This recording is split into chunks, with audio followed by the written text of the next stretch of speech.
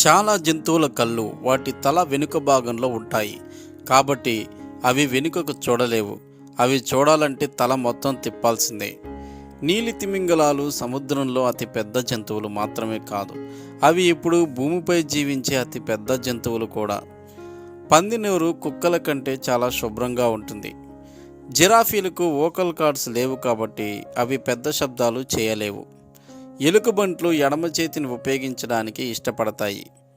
సింహాలను పిలిచే మగ సింహాలు మాత్రమే, ఆడసింహాలు గర్జించవు. చెట్టుపై నిద్రించే ఏకైక జంతువు సింగిల్ ప్లాత్ మాత్రమే. నీలి తిమింగలాలు తమ జీవితమంతా తమ తల్లులతో గడుపుతాయి.